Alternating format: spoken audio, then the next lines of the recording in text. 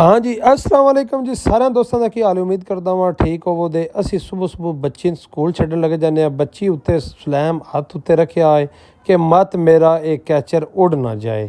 ठीक है, असी वेंदे हो माशाल्लाह मुंजी आ जी दोबारा लान लगे ने। आ मुंजियां माशाल्लाह कमाल ने, बदल बन गए ने, साडे कोल मौसम माशाल्लाह बड़ा खुशगवार है ते आवाम खादा सट रही है। आ बकरियां चुगदियां पईयां ने बड़ी ठठ दे नाल मुंजी दियां बनियां ते आ अगों वेख्या ते दो बंदे पट्ठे लैन इक्को वर्दी पा के ते लगे जांदे सन।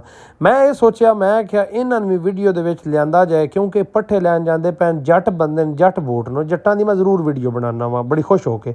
उस तो बाद असां सोचा कि माल नूं पिया लईए पानी, एक गां ते एक वच्छे न, बाकियां न पानी ला के ते वाड़े दे विच डक छड़िया।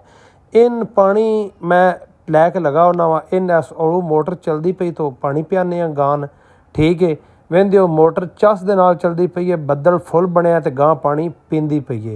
गां अपना पानी पीण तो बाद इन उत्ते फिर किले ते दोबारा ही बन छड़दे आ क्योंकि इन बन्ना दे फिर दूजे दी वारी तां आवे दे। आ ट्राली खलोती इहदे ते असीं पट्ठे लैके आउने आ। अजे असां पट्ठे लैण बेल्ले जाना क्योंकि दरिया च आउंदा पिया पानी।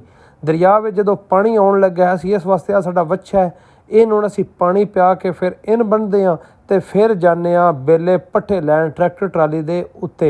आई वच्छे दी कोई लत्त नूं दर्द आई, मैं आख्या इन भी विखाने किसी डॉक्टर नूं। वो अल्लाह कीता, डॉक्टर नाल राबता कीता, उस आख्या अल्लाह करे दा आपे ही ठीक हो जाए दी। ठीक है, उस तो बाद असी हुण वच्छा भी बन्नण लगे आ चले बेले लगे जाने ट्रैक्टर ट्राली दे उत्ते पट्ठे लैण। दरिया च आउंदा पिया पानी माशाअल्लाह, तुसीं व्यू वेखो, सब्ज़ा ही सब्ज़ा है हर पासे।